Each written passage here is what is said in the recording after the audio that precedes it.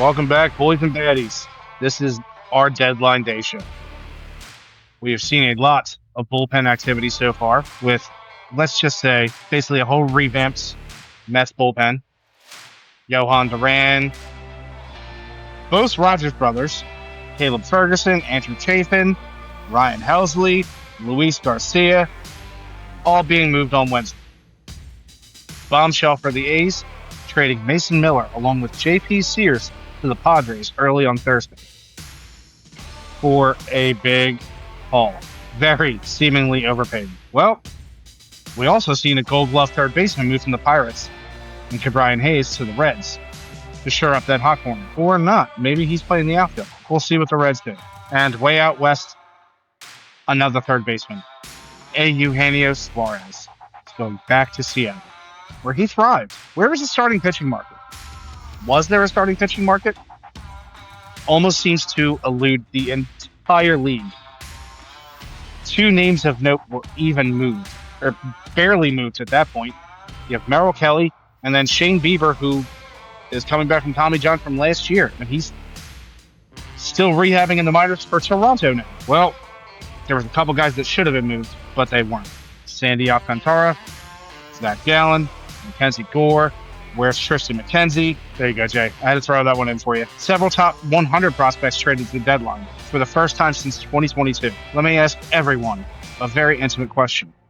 Which P do you prefer, prospects or parades? All this and more on this week's episode of Drunks in the Pond.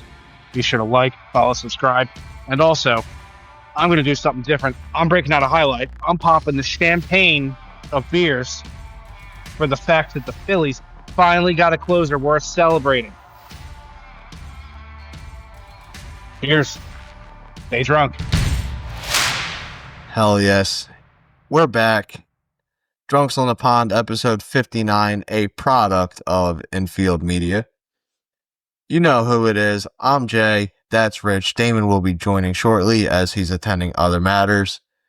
But yeah, let's jump into it. The trade deadline has passed. Players have found new homes. Some players that we assumed would find new homes are staying put. And I'll be honest, when the deadline finally ended and, the beat writers were sending out their tweets and being like, this was a really good deadline. Like, this was the best deadline in years. I kind of had that feeling of, I think this deadline was more of a letdown than anything, honestly. Like, a lot of teams did not do a thing.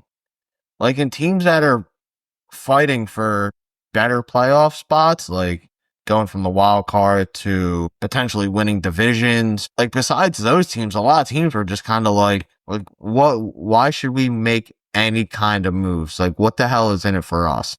I mean, it's crazy to think that the Brewers a week or two ago had the best record in baseball. And, you look at them and you're like, oh man, the Brewers should be all in. Crickets, technically, they still have the best record. They're 66 and 44. The Tigers are 64 and 46. Or 66-44. Yeah. I mean, but like, you look at having the best record in baseball and you look around the other divisions, you go, all right, we need to make sure that on paper we can beat these teams and on the field. I don't think the Brewers made more than 2 moves. I think they made 1. But overall, I was any during the they didn't make any, did they? Truly do not. Like, I know the Tigers pitched up a ton of relief pitchers. Like, they were trading everybody for relievers. And the Tigers also got Charlie Morton. Let's not forget that. Shout out old man Charlie Morton. Even the Dodgers went out. I know yesterday before the Phillies went and got Duran, like, the Dodgers were just about all in on him, and it was kind of like a feeling of, oh, here we go. Here come the Dodgers. Dodgers going to trade away 3 prospects, get Duran, and just shove it up everyone's ass. But Philly swooped in, traded Eduardo Tait and Mick Abel. Shout out Mick Abel. Love you, bud. It's what you had to do. Absolutely. No, I'm not mad about. Listen, I like Mick Abel, and I feel like at one point before the season started, I was one of the only people who had faith in him turning it around. Like, I even said it at some point on the podcast that I believe last year was a fluke. And I still stand by that. Mick Abel is not a bad pitcher. And he proved it this year. Even in spot starts in the majors, he was about as good as we would have hoped. He's still young. He was only an A-ball player. So obviously he still has higher steps to take before he's even ready to start for the Twins. But like, we get Duran for another 2.5 years, I believe. Yeah, we get him for the rest of this year and 2 years on the contract. But like, I haven't put a tweet out about this because it's one of those things where the past year I've kind of lost a lot of faith in Rob Thompson to do the right thing. And I pretty much tweeted out like, Duran should not see an inning before the 9th. Like, nope. Not unless he's coming in for a 2-inning save. Like, I know Rob Thompson is the type to go like closer by like how he's feeling on certain days. Jordan Romano should be DFA'd immediately. Like the minute David Robertson is ready to go, just send Jordan Romano on his way. Like this 6 days from now, he's eligible. Like this dude has lost us at least 7 or 8 games. I think it's 8. I can't. Every time Jordan Romano comes into a game, part of me is just kind of like, turn it off. Oh my God. Like, we're going to lose this game now. And more often than not, we do. So having Duran, Tanner Banks has been a pleasant surprise. David Robertson's back. Indeed. Jose Alvarado's coming back in a couple weeks, I believe, which is awesome. I love. Yeah, but, listen, what's up? Go ahead. I was just saying, but don't forget, it's short-lived. Yeah, very short-lived, unfortunately. Once October hits, you're taking a break, bud. He's not even allowed in the clubhouse, correct? I think that's the rule. What's going on? But like, just having him back, I feel like will be a big help. Oh yeah, because absolutely. As we approach the postseason, I mean, hopefully the Phillies are in there, knock on wood. You know, Alvarado can at least step in, take some weight off of the other arms in the bullpen that are getting ready for the postseason run and just eat up some innings, keep Strom healthy, please. Like, Strom and Banks are the two that we need to be healthy. But I mean, the deadline overall, though, Richie talked about it. Like, the Mason Miller deal was huge. I don't think anyone saw the Padres doing it with how good their bullpen is. Like, they have the best bullpen in the entire league. By far. And you just traded your top hitting prospect. Like, we're not talking... Like, the best way I can put it is if this kid had a scouting grade, he is A's across the board. Yeah. Like, DeVries is flat A. Hitting, defense, considering speed. him the next Lindor. Like, this dude is incredible. And you just traded him to the A's for Mason Miller. And listen, you do what you got to do to win. I get it. I personally don't think Robert Suarez was bad. I think he was their closer. Still a great closer this year for them. I want to try and wrap my head around what the plan is for Miller because you just gave up a lot. And Miller's only a closer. Like, do you plan on kind of stretching him out over time? Do you try and turn him back into a starter? Like, what is your overall plan for Mason Miller as the Padres? Well, Suarez is done at the end of the season. He's a free agent. I highly doubt they're going to spend any money. If they're trying to unload Dylan Cease, but yet still trying to obtain all these big pieces, I mean, they just simply don't have the money. Yeah, like that's what every single sign of that is telling you is they don't have the money. They pretty much need to win the World Series this year. Like, yeah, I mean, they added all in with this team. They added Ryan O'Hearn and Laureano from the Orioles, and Freddie Fermin, I guess. But they also got J.P. Sears, who is a bona fide back of the rotation guy. Like, it's a very perplexing Padres deadline because they were trying the old adage of addition by subtraction, and all they ended up doing was adding. Yeah, like, I mean, we know for a fact that Dylan Cease and Ethan Salas, their top catching prospect, were on the block. Like, they were offered to Boston for Jaron Duran. Boston said no. which I don't blame him because Dylan Cease is The head case. he's been a little shaky so far this year, and we're not talking about the Ethan Salas we saw 2 or 3 years ago at the age of 16, who was the next like Johnny Bench or Yogi Berra, if you want to take a step further. Like, he's now 3 years a little older, and we're starting to realize, all right, this kid's actually struggling in the minors, and this may actually take a little bit more time than what was once expected. But like,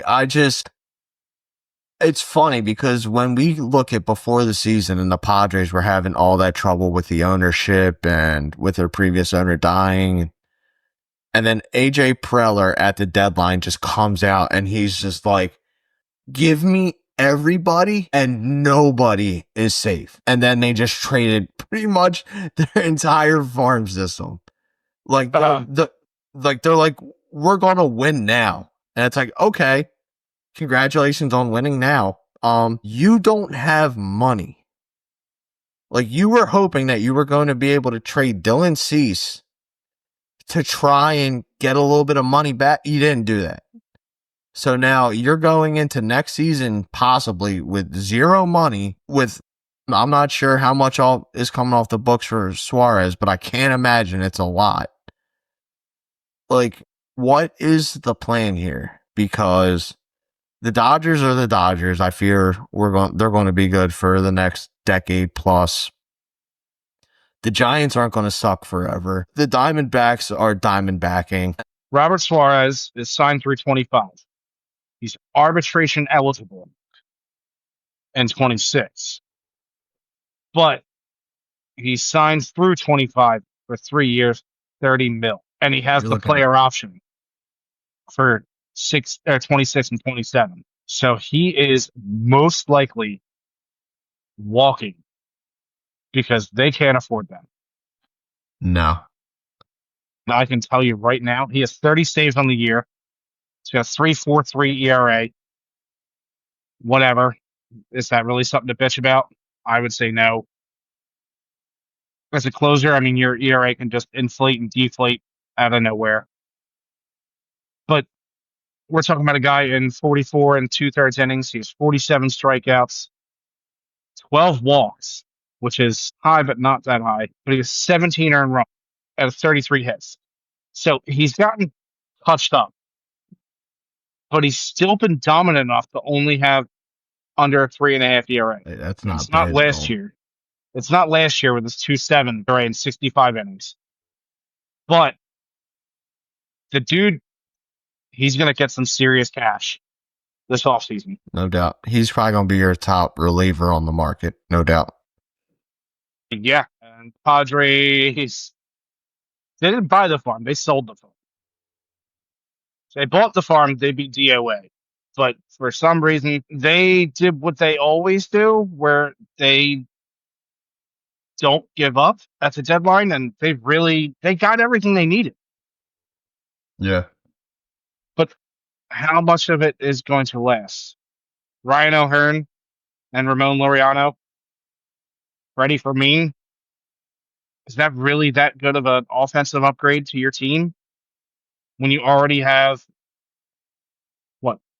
5 guys on your roster that are shortstops that are making $150+ million contracts? Like, like I understand picking up rental pieces for the second half of the season and hoping that it continues into the playoffs. But this goes back to the point of, this isn't even looking at the Mason Miller trade. This is looking at like the trade with the Orioles to get O'Hearn and like, I think they traded their number 4 and I think their number 7 or 8 prospect in that package. And it's just kind of looking at it like, okay, like, you're going for rentals, that's fine. But you already traded your number 1 prospect. Why are you bleeding your farm system for guys that are only going to be there for half a season and the playoffs? Like, what if you get into the first round of the playoffs and you get swept out?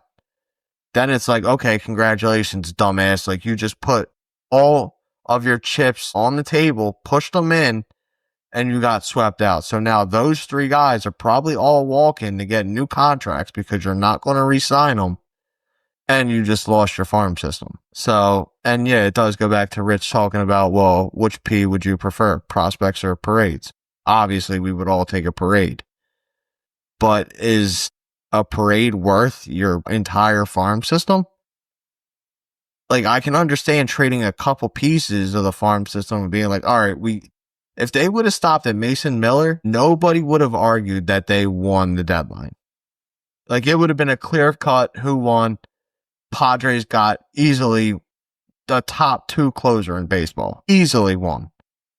But then you go out and get these rental pieces and still cough up more prospects, and it's like, okay, yeah, they won. I mean, they got a couple more pieces, which is great. Like, what happens at the end of the year when all these guys walk? Now you have those 3 pieces that are gone. Your prospects are still gone because they went to another team. So now your farm system's even more dried up. You're trying to chase the Dodgers down. I'm just trying to wrap my head around it. Obviously, I'm not the biggest Padre fan because, you know, when the Phillies played them in the 22 World Series and then those fans came out with that stupid ass "That's What's In" song, there's just kind of been a hatred there for me. Yep. But, like, I don't know. I mean, Jake, be real happy because if the playoffs started today, who are we playing in the first round? The Padres. Dude. And you know what? That's what's in. All right, so far we've talked biggest winners, but who are you more surprised that stayed stagnant and didn't make a move? Because I have one team that just surprised the shit out of me. Listen, it's not that they stay stagnant. They made one deal, and it was the Brewers. I still consider it doing nothing. But they got Danny Jansen. I was just waiting for someone to chime in and say, that's not all they did. But no, that's all they did. Like, you guys have the best record in baseball. Your team's offense is, once again, relatively stagnant. It's good, but it's not playoff good. You guys noticed that last year. Wilson Contreras is not anywhere near the offensive powerhouse that he was last year. Curious is not having the same type of impact or type of year. It's kind of that sophomore slump. Rhys Hoskins is hurt again. You guys are just, what are the Brewers doing? Yelich is nowhere near where Yelich should be, health-wise, ability-wise anymore. But Yelich is still a damn good player. You got Danny Jansen though, great. But like we just mentioned the Twins trading Duran to the Phillies for 2 good prospects. But the Twins also sold 9 players off their 26-man roster. Like the Phillies also got Harrison Bader for 2 mid-level prospects. The Twins, the only thing they did right was they announced that they just checked every box off their loser mentality checklist. But it's just, your team's not that bad. You guys kept your only 2 big chips in Buxton and Joe Ryan, which I thought Joe Ryan was moving. And you know who else thought Joe Ryan was moving? Everyone, because the Fox News. Did you see this?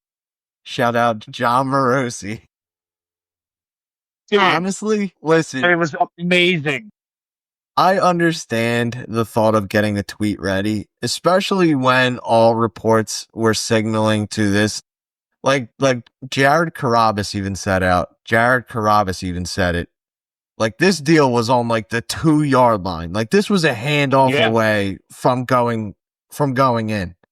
It was a I understand getting the tweet ready as like all right, like when this thing goes through, we're on it. Somebody pressed the button a little too early, and baseball Twitter went insane. They're like, they traded Joe Ryan too? The whole team? Joe Ryan didn't get traded, which it's honestly more shocking since the Twins traded everybody. The Twins were like, who's still on this team? Raise your hand. Griffin they Jackson were literally raised his hand. They were playing who's on first base. They're like, shit, we don't even know who's left. Like, poor Griffin Jax was walking down the hallway and Twins management saw him. They're like, "You're still here?" He's like, "Yeah, I'm actually going to a bullpen session." They're like, "Give us 5 minutes. Hop on the phone with Tampa Bay." "All right, yeah, sure, we'll take him." "Hey, Griffin, you're going to Tampa Bay, buddy. We just got Taj Bradley. Take care." Like, he traded everybody. Royce Lewis is going to come back from his injury, walk into the locker room, and go full Robin Williams and be like, "What year is it?" He's going to walk in and be like, "Who are you? Who are you? Who are you? Who are you?" Like, what did the Twins just do? Like, trading Duran was kind of like, all right, I mean, sure. Like, you get some pieces back. It didn't stop. Like, the Twins were like, this selling thing is actually kind of fun. Put up the fire sale sign and we're just fielding phone calls. They were like, yeah, sure. I'm pretty sure we haven't traded him yet. He's still here? All right, yeah. We gonna give us. Okay, that works. All right, buddy, safe, just out here selling. Good for the Twins, though, because that's how you sell. Everyone's for sale. Get what you can. Just give us something. Dude, I'm looking at the Twins depth chart right now. There's only one pitcher on their roster that I even know their name, and that's Joe Ryan. You don't know Simeon Woods Richardson? I forgot about that because it's too long to put on a jersey. But yes, I forgot about him. He's a good arm. I don't know Zebby Matthews. He was once a top prospect. I don't know Cody Thunderberg. Great name. That is a fantastic name. Cody with a K. I know Mike Tonkin, but like, is Cody Clemens their starting first baseman now? I don't know. If anybody was to come back, I wish the Phillies would have been like, "Hey, we know we gave you Cody Clemens earlier, but like, what do you want from him? Because we could certainly use his bat again instead of whatever the hell we have going on." I can't believe we chose Weston Wilson over Cody Clemens. I was screaming it from the damn rooftops. Do not let Cody Clemens walk away. And they traded him to Minnesota, and what did he do? He just started hitting bombs. 12 on the year, 12 on the year. Weston has and under 100 batting average. He's so ass, man. He's so ass. Coming from the guy who hit a cycle last year, and now he's just like, dude, that is what bothers me, is that we call up people and they do so well for like the first 2 weeks, and it is the greatest experience. It's just an amazing feeling. The next season rolls around, and we're sitting here, we're like, you got to give this dude a roster spot. Did you see what he did last year when he got called up? He was a stud.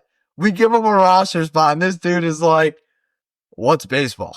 Like, how do I play this position? And what am I swinging at the plate? Like, what happens, man? Like, I don't know. Do players just get comfortable after a certain point and are just like, well, I was in the major leagues and I don't need to work as hard anymore? And good God. I wish that were the case, because then it would make a little bit more sense as to why you have all these people who contribute and contribute well, and then all of a sudden can't baseball. Like, how do you forget how to do the one thing you're paid to do? That's your job. That's like me showing up to work on Monday and then being like, "Hey, Jay, we need you to do this in construction." And then me just looking at it and be like, I have no idea how to do construction right now. Okay. So, like, I'm going to need you to help me out. Jay, so I think you should leave when he's like, I don't know how to drive. Yeah, that's exactly what it is. And he's behind the wheel of a car. What is your problem, man? Do you know how to fucking drive? No. What? No, I don't know how to fucking drive. I don't know what any of this shit is, and I'm fucking scared. What are you talking about, you psycho? I don't know how.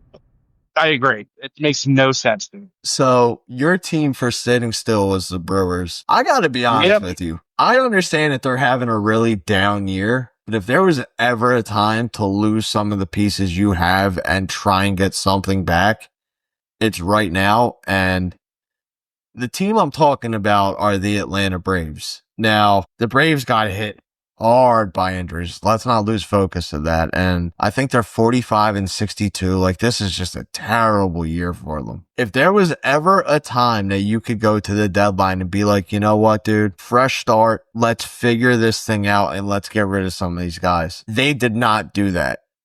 Like 2 players that you probably could have flipped and gotten something, just anything. First 2 that come to mind are Marcelo Ozuna and Raisel Iglesias. 2 guys, Iglesias out of the bullpen. You know how many teams were trading for bullpen pieces this deadline? A lot. You know how many teams were looking for a power righty to DH or do something? A lot. You had Everyone. You had one of each of those. You actually had more bullpen pieces that you could have traded if you wanted to. And you sat still and did not make a move with any of those guys. Like, if I would were... agree with you 100%. That just let me tell you, I'm 100% on your side with this, because you are correct. This is the time they should have done something. What did they have to lose? I just don't understand. Like, this kind of reminds me of, I can't think of what GM said it, but I know it was said for sure, was like, we're not going to make a trade to just make a trade. It's like, no. This isn't one of those situations. Like, this is a situation where you are out of it. You are 17 games under. You do not look like you're going to turn it around and go on like a 25 game win streak at some point and flip the script. Like, this doesn't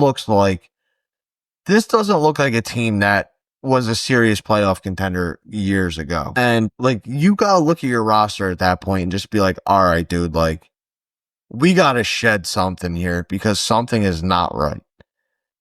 You did not do. You actually looked at your team and said, you know what? We're going to carry this for the rest of the season. You didn't get prospects. You didn't get on the verge of major league play. Like, you got nothing. Think about this team for the past 4 years. Even the World Series year. Let's go back to that. That was what, 21? 21. Yeah. Think about back to that 4 years. They've had a revolving door of pitchers, injuries, countless prospects coming up, going down with injury, coming up, not with the team anymore. They have to have such a depleted pitching farm system. As of right now, it's what, Chris Sale? And Strider. Strider's hurt. Oh, is he hurt again? Pretty sure. Jesus Christ. No, I didn't know that. Yeah. I'm pretty sure. Then if Strider's hurt, the only person I can think of at this point is Chris Sale. Like, there's a lot of pitchers that come to mind, but I know Strider's not hurt, but yeah, you got Bryce Elder. Carlos Carrasco is starting games. I think he actually started tonight. Yeah, he did. The dude's 2 years older than me. He's 38 years old. Good old Cookie hasn't crumbled. Like, they do not have anything remotely close to what they did 4 years ago in the pitching department. You are absolutely correct. This is the team, not a fire sale, but you should have been 100% ready to start rebuilding your farm system, or at least your pitching prospects at the minimum. So here's the funny thing, and I just took a look at it. Guess how many pitching prospects they have in their top 10 prospect rankings? They have 2 fielding prospects, and they have 8 pitching prospects in their top 10. What? So looking at that. Okay, wait, hang on. I'm looking at it now. 1, 2, 3, 4. Wow, 4 of them are in triple. Actually, 3. Sorry. Nacho Alvarez is an infielder. So guess what? We could. It's not your Alvarez. Nacho Alvarez. Like, so, I mean, yeah, I guess we could see these guys at some point, but like, do you think that all of these guys are going to pan out? I mean, they got Cam Caminiti, but he's 3 years away. He's 18. Like, He's their top pitching prospect too. Like, And I'm he's not only an gonna A-ball. sit here and be like, oh, it's the Braves' downfall. I've prayed for this. No. Like, I truthfully do not think this is a downfall by any means. Like, a down year? Absolutely. Because everyone's hurt. Like, I think that this is where you take a step back and you go, okay, who are the pieces that we are building this team around? Obviously, Ronald Acuna Jr. is one. Matt Olson can be two. Austin Riley. 3. You know, maybe Ozzie Albies is still here. Maybe you kind of look to move forward. I think you have to trade Sean Murphy. Should have. Sean Murphy at the time was probably a really good trade coming off a good year. Sean Murphy's not the player he was. Unless Sean Murphy played in the Phillies, he's kind of trash this year. Yeah, if Sean Murphy played every game at Citizens Bank and faced the Phillies, he would be having a Barry Bonds-esque year. A Hall of Famer after just one season. Like, but I mean, this was the time to trade those pieces, get some pieces back, and look forward the next year. You did not do that. You are taking this team the rest of the way, and I'm assuming that when the offseason comes around, you're going to be more active and try to work a deal. But yeah, no, just honestly. Really bad deadline for the Braves. Yeah, it's kind of disappointing because, listen, yes, 100% Jay and I are Phillies fans, but Jay and I are baseball fans as well. And the number one thing we don't want to do is watch uncompetitive baseball. Yes, it's nice to watch the Phillies, run train on teams in the division. Jay, how likely are you to tune into a Mets game, Mets versus Phillies, or how likely are you to watch a Phillies Marlins game? Which one's more interesting? I mean, I'm definitely watching Phillies Mets. Exactly. Like, you want the competition. You want to watch a good game. Doesn't necessarily mean they have to be the same exact tier list of talent at every position, but you want to watch competitive games. You don't want to watch scrubs versus a major league roster. You don't want to watch the Phillies versus the Rockies every day. Yeah. You don't want to watch the Phillies versus whatever the Twins are now. No, I agree. It's just, dude, if you look at this roster from the Braves, sure, they have the names, but no one's playing healthy this year. The only person that's healthy, because they're forever healthy, is Matt Olson. Matt Olson's the only guy that, dude, God. If the Braves ever lose Matt Olson to an injury, it could be the ultimate downfall. If Matt Olson even gets a cramp in his leg, it could really take the train even further off the rails. Dude, that's the one day that you see Snecko give him a shot of something. I don't care. Give him anything. What do we have? It's oh, well, we got this morphine. Give it to him. He's I don't think that's the right thing for a cramp. He's I can't lose him. He's going to be drooling and leaning over like he's in Kensington at first base. And he goes, I don't care. He needs to be out there. But in terms of the deadline, the one team that really surprised me, really did, the Red Sox. Dude, you're 8 or 9 games above 500. You're actually in a playoff spot. We're not talking about a team that's out of it like the Braves are. This team is sitting in a wild card spot right now. So Correct. You would think they would go out and buy. They were linked to Joe Ryan. Joe Ryan would have been a great grab for them. A Garrett Crochet, Joe Ryan 1-2 punch. They were allegedly attached to Joe Ryan. Thanks, no, Fox News. They were linked. We can't harp on the negatives and the things that actually did or didn't happen, but it didn't happen. And it's just you're in a position of doing good things this year for the first time in at least 3 years. Boston is hungry for playoff baseball. And Craig Breslow finally gets his chance to build a winner, get a couple pieces, take this team for a ride. And what does he do? He trades Blaze Jordan for Steven Matz. Shout out Matz, who's still in the league, surprisingly. And then he trades for Dustin May and gives up James Tibbs, who they got in the Rafael Devers trade, and another prospect. That's it. That is all Boston did. And I will be 100% honest. I did not go into that deadline thinking that It's fantastic. they weren't going to get a bat. Like, I thought like this was going to be Boston getting Suarez, like getting some kind of the Braves trading Marcell Ozuna to Boston would have been a solid deal because that would have given Boston the power bat that they ultimately need. And Boston has a good enough farm system that you could have gotten a piece or two. You did not.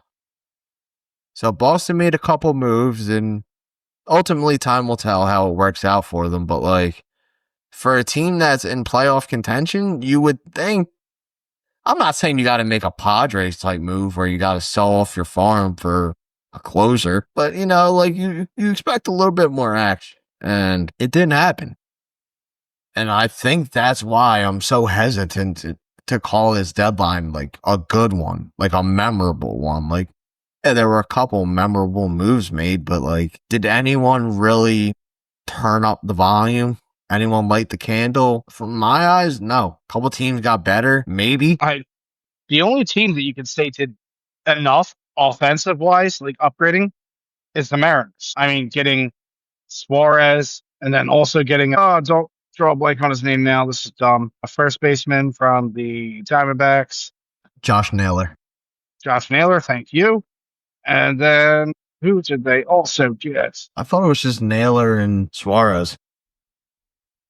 Yes, but they also got lefty Caleb Ferguson from the Pirates. So Okay. a high leverage setup guy. I know, I'm sorry, they did not get him. They did get Caleb Ferguson. They did not get the high leverage guy that they wanted.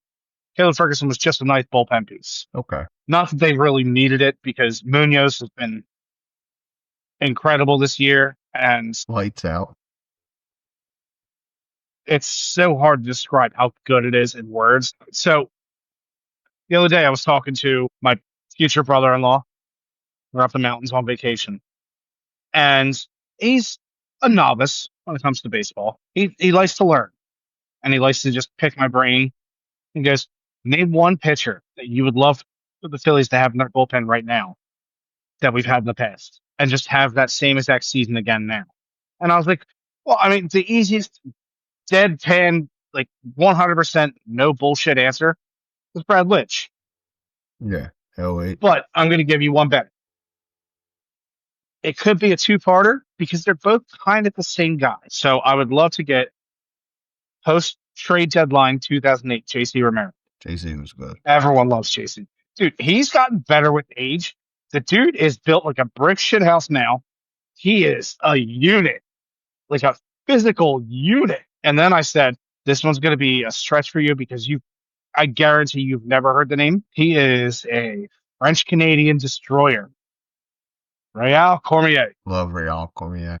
What was it? His 2000, I think it was his 2006 season. Cormier was the man. I do. Like, what a name, Real Cormier. Dude, god name. But I do really like that question. And I'm trying to think of one that's like 2003, Real Cormier, 2.64. Cool, whatever. War for a non-closer, impossible to really gauge. I think it's stupid. 84 and 2/3 innings, a lot for a reliever.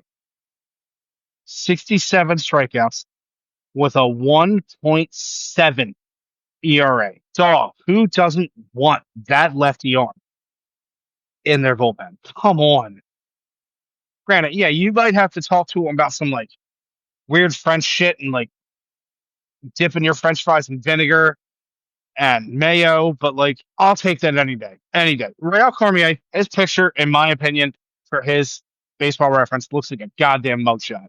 The dude had such a crooked nose, looks like he just got done in a bar fight over 2 Labatt's and who was paying the tab. Dude, Real Cormier was such an underrated pitcher that people don't talk about. Such a dog. Oh man. I do like that pull. That was a really good pull. And I do miss Real Cormier. I actually wonder what he's up to nowadays. Like, I wonder if he's still involved in baseball at all, or. That's a good question. This is going to piss me off so bad. But So to your question, and I actually do have an answer for this, and I had to double check to make Oh, sure holy I shit. was. Holy shit. Real Cormier died in 2021. What? Are you serious? Yeah, at the age of 53 from battling cancer. No, dude. Are you serious? Damn, dude. Oh man. Oh, dude, that really just put a damper on the fucking episode. You know what, man? I am 100% giving that dude his flowers. Yo, shout out Real Cormier. Forever in my heart. I am appalled at myself for not knowing that you passed.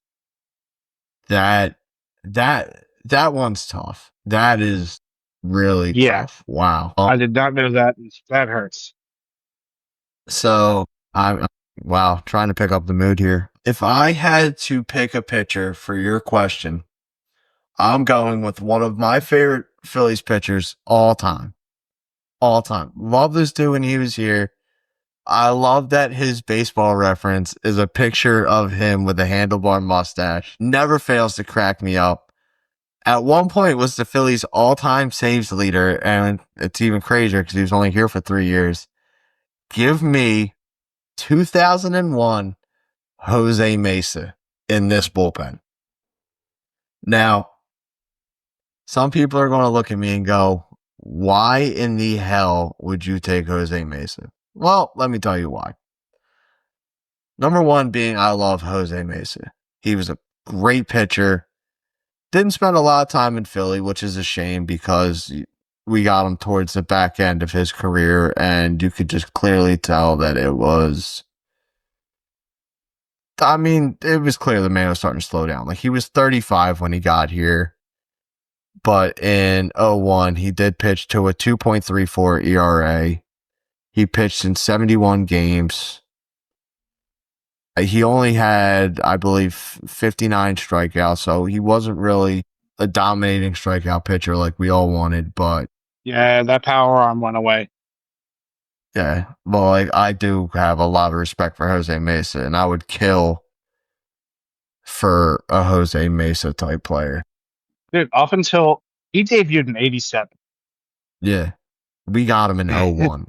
So he was he was a well-seasoned steak by the time he got to us. Yeah, yes. He was that McDonald's burger that just doesn't mold. Like, the man played for 20 seasons in the majors. As a relief pitcher. Well, no, I'm sorry. Up until 93, he was a starter. Like, my favorite thing is that after 10 years in the majors, MLB gives you like a pass where you can just go to any stadium you want anytime. It's a lifetime pass. It's cool as shit. Like I said, Yeah. you gotta play 10 years. What's the gift for 20 years though? Because it's not a lot of guys are hitting 20 years. So like, I wonder if baseball's kind of like, dude, we already got you a lifetime pass. Like, what else could we give you? Like, do they get like a plaque? Do they get something for it? Because 20 years in the major leagues is incredible. Obviously, doing it as a relief pitcher is probably a little easier, Sure. but 20 years So- regardless. Yeah, a player with 20 years of service time in Major League Baseball is eligible for a maximum pension benefit, which is capped at $90,000 per year, or 100% of their final year's salary, whichever is less. Give me that 90,000, honestly. Dude, what's that mean for Juan Soto? What's his final year's salary going to be? Good God, dude.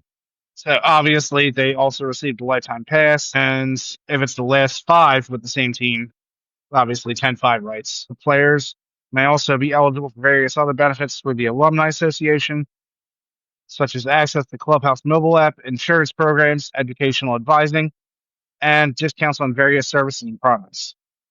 You played 20 years. Here's 12% off a hat. Thank you for your 20-year contribution. Here's a half off Target gift card. Like, we're so proud of you. Dude, you know damn What are right. you doing here? If you were that player that the team actually loved, like, say you were that guy say you were Chase Up, whatever team you were on, nobody hated you from the front office. You know damn right. They're walking in after 40 years, and they're like, I need 30 all signed by your top star right now. Any team would be an ass to say no. Yeah. And it's like, I don't care what he does with him. He can go give him to a whole bunch of zombies on Cincinnati. I don't care. He could sell him for profit. I don't care. It's a player of caliber that did something for our franchise for so long that I don't have any disdain for them. They deserve more than what we can actually give, or more than what the union actually gives. Cool. You get discounts on various services and products. Fantastic. I really want this 2024 pennant. So It's 30. It's 35 retail. We'll give it to you for 18. talking Just give me one. about relief pitchers. There's one pitcher that I do not think we talk about enough. And I'm not talking about just us on Drunks on the Pond, but like baseball in general. We need to talk more about Jose Contreras. If you don't remember Jose Contreras, he was a pitcher on the 2005 Chicago White Sox team. Shout out Bobby Jenks as well. Was he El Duque? No, he was not El Duque. Well, not. So Jose Contreras' nickname was, oh God, dude. Please don't make me. El Titan de Bronx. El Duque was Orlando Hernandez. Yeah, that makes his pitcher. But so crazy thing is, Jose Contreras also pitched on the Yankees. He actually came up with the This is what I mean by we don't talk enough about Jose Contreras. Jose Contreras is not your prototypical relief pitcher that comes up in his 20s and pitches for a long time. Jose Contreras did not debut in the majors until 2003 at the age of 31 years old. He pitched until 2013 when he was 41. And I understand the whole defect thing, but like I could have swore Contreras was around for like 30 years in the majors. Like it felt like that dude was just pitching forever. Like in his season in baseball, the Phillies won the World Series in 08. Yeah. That is the wildest thing. If you would have told 2008 me, if you would have showed me a picture of Jose Contreras at the time, I would have been like, this dude has to have been pitching for well over 20 years. And then told me he's only been pitching in the majors for 7. I would have called you a liar straight to your face. I forgot that we had him in 2010, 11, and 12. Yes. Jose Contreras was here. Dude, it is it's the wildest shit I have ever seen. Like, and he was still pitching in games. Like, my God. And just to look now and looking at Jose Contreras' picture, I'm sitting here, I'm like, this dude has to be in his 70s. He's only 53 years old right now. Damn. What was this dude? This dude spent entirely too much time in the sun. He does not look 53. This dude looks like he is mid-80s at least. Holy brother. That's just something wild that I just came across and I could not believe it. Dude, that was the names on that pitching staff from that year. Holy cow. What, on the 05 White Sox or the 2010 Phillies? Oh. You got Halliday, Hamels, Kyle Kendrick, Joe Blanton, Jamie Moyer, Roy Oswalt. That was our rotation. Brad Lidge, Durbin, Ryan Madsen, JC Romero, and Jose Contreras. And Madsen. And then you also had quite a few other wonderful names that made appearances throughout the year. David Herndon, Danny Baez. Vaguely. Nelson Figueroa, Antonio Bastardo. Big butt Bastardo!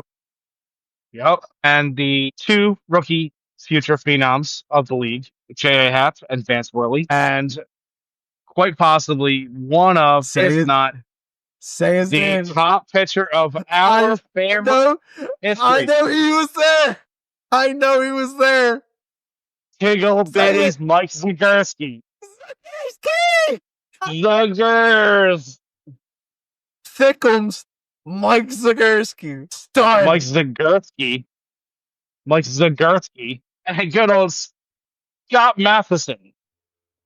Man, Mike Dude, Zagurski. that was a trip What? down nostalgia lane right there. That was an unsanctioned stop Man. at a nostalgia train station. Dude, I am always down to talk ball about Mike Zagurski. I would love to know what Mike Zagurski's doing. If we could get Zagurski on the pod, I would be stoked. But like, I'm Dude, so bad news. He passed away. No. No, I'm kidding. I'm kidding. God, don't do that, dude. No, you can't. You can't do that after the Real Cormier. You can't do that. I didn't know about the Real Cormier one, man. That would hurt. Yeah, and how do you think I would feel if you told me that Mike Zagurski also? Oh my God, Dude, he's 42. Mike Zagurski's 42. Yeah. Hold on here. What's Mike Mike Zagurski Zagurski, doing? I don't know, probably baling hay in Omaha, where he's from. That's fine. I'm gonna call this dude. I'm gonna find a phone number. Dude, I love that guy, man. I always have. He was a freaking unit. Mike Zagurski was a big dude, but my God, when he came out of the bullpen, you were like, "Who is this blonde-haired, sweet baby boy throwing 90?" Dude, do you know what his career ERA is? Oh, I don't want to know. It's gotta be in the 4s. Generous. 6s? Generous. No. 7s? Almost 8. 7.78. Nuts, Zagurski. In 91 games, he gave up a total of 66 earned runs in 76 and a third innings. Mike, I still love you, man. Oh, hold on here. The worst was his 2012 in Arizona. He gave up 23 earned runs in 37 innings. Damn. Yeah, not good. Yes, sir. He pitched one out for the Yankees in 2013 and gave up 2 earned. So his ERA there was 54. But he also went 1 inning for Milwaukee and gave up 7 earned. And that was his only appearance. I'm sorry, 2 appearances. So 7 earned in 1 inning. There were 2 appearances for Milwaukee in 18. 5 years after he appeared with the Yankees. Yeah. Mike, I miss you, There man. he is. Yeah, he's in sales. I gotta figure out how to get a hold of him. Call his company. Yeah, I'm definitely. Yo, I found a phone number. I'm calling marketing and sales tomorrow. I'm calling him bright and early. I'm like, yo, let me talk. Yo, get Zagurski on the phone. Get him on the phone. Let's get. He's like, hello, Michael Zagurski. I'm like, Excuse me, do you have a gentleman employed in your establishment with the first name Mike and the last name Zagurski? Okay, he's out on a sales call. Okay, well, I hope he gets that sale.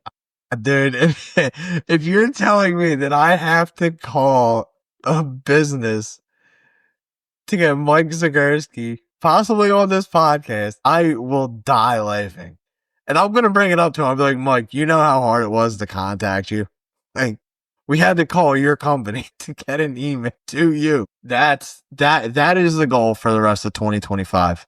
Get Michael Zagurski on this podcast so we can talk some baseball. Absolutely, I would love that. That would be a dream. I hope he has the same type of sense of humor as us. Dude, if Mike Zagurski comes on here and is dead serious and does not want to talk, I'm going to be like, oh, this is heartbreaking. Yeah, it's going to hurt. I'll be like, Mike, how did it feel being on the 2010 team? I know, it was fun. But like, any good stories? Not really. I'm like, oh, God. I'm like Zagurski, I imagined you being so much more entertaining in my That would be fantastic. Like, I don't know much else that would make me happier than talking with old Mikey Zagurski. Yes, but I'll do my best to make that happen for us. You need to record the phone. I don't know. Can you record a phone call with a screen recording? Yeah, I can imagine so. Yeah. Okay. That's what I thought. It's potential, obviously, but it's about that time. It's about that time to brush off the good old trade deadline dust that we just went through and get ready to say goodbye. Jay, what do you got for us, buddy? For my final thought, I'm going to take the Damon approach to start. I just want to thank everyone for tuning in to the episodes. I'm sorry I have not finished the new behind the scenes. I'm still working on it, hoping to finish it this weekend and get it reviewed and filmed and hopefully uploaded sometime next week. So keep your eyes and ears peeled. My second thing I want to talk about is, obviously we have the postseason coming up in the next couple months. So we're going to be busy here at Infield Media, bringing out content as always, hoping to push a couple new things. I do have one thing that I really want to start working on, just got to figure out how to film it, get it set up. But yeah, a lot's happening. And with the All-Star game being in Philadelphia next year, I think we're going to try and shoot for something. I do have something in mind. It's something to be aware of that, if the boys may end up down at the Home Run Derby, may end up at the All-Star game, hell, we might be down there all weekend, slinging shirts and handing out beer koozies. So, but that's next year. We're still a full year away, and we have a lot of planning to do. So, looking forward to see what the rest of the year holds for the boys. Richie, what you got? So July 31st is the trade deadline every year. Back in 1997, on this day in baseball, the trade deadline had one huge move, 97. Mark McGwire went to St. Louis. Also, the Mariners traded away two of their top prospects in Jose Cruz Jr. and Jason Varitek, who became the captain of the Red Sox. And then you have the next year, the Astros got Randy Johnson in return for John Halama, Freddie Garcia, and Carlos Tien. Freddie Garcia. What a guy. What a stoner. Gotta love him. Phillies legends. Right. This is hands down super boring compared to either of those 2 years. I was really hoping, as a big homer of the Phillies, I was really hoping the Phillies could have pulled out and got Jarren Duran. This way we had Duran. We would really be hungry like the Wolves. Don't you dare. Don't you dare. Whatever, dog. Whatever. That would have been glorious. And I would have said that every goddamn day to you. I would have texted you that every morning. I would have Until the blocked end it of the over by season. the third day. You would not have. You would not have. Swear to God. If you texted me Duran for the rest of the season and into the postseason and think that you were not going to get blocked, brother, you have a failed understanding on how many people I blocked from dumb text messages. All I heard was someone of them fun. But on that note, one more thing. I do want to thank Jay and Damon for really holding it down last week while I was away. You guys did a great job. Love the episode. Also, you guys you need me to keep control. You guys are wild. Brother, we were flying that plane and we were having a absolute ball. And I'm actually really upset Damon couldn't make it because I know Damon also had a good time. Yeah, trust me. I watched it, and you guys were absolutely batshit. Also, one last thing that we do need to say. Rest in peace, Brian Sandberg. We lost a hell of a baseball player, a hell of a coach that should have had a lot more time because you can't replace that type of baseball knowledge. You can't teach it. You have to earn it. And if there's anybody out there who earned it, Brian Sandberg. I mean, this guy was one of the more deserving people to be in the Hall of Fame because he was not just a Hall of Fame baseball player, he's a Hall of Fame person. And that was a tough one because when the Phillies signed him as a manager, I was over the moon. He got handed a shit team, and you can't polish a turd and call it gold. Unfortunately, the first person always in the hook is the person who can't do anything about it. So I want to say rest in peace, Ryan. You were and forever will always be a legend in the game and in our hearts. Ryan, cheers to you, buddy. And as always, Jay, stay drunk. Damn right, buddy. Stay drunk. thank you for tuning in. Unfortunately, Damon couldn't make it, but that's all right. He'll most likely be back next week and we'll have the full-scale team. But for tonight, I'm Jay. That's Rich. Thank you for tuning in. And we will see you all next week. But Z, I need you to do me a favor, baby. Hit that music. It's time to get the hell on out of here. Peace.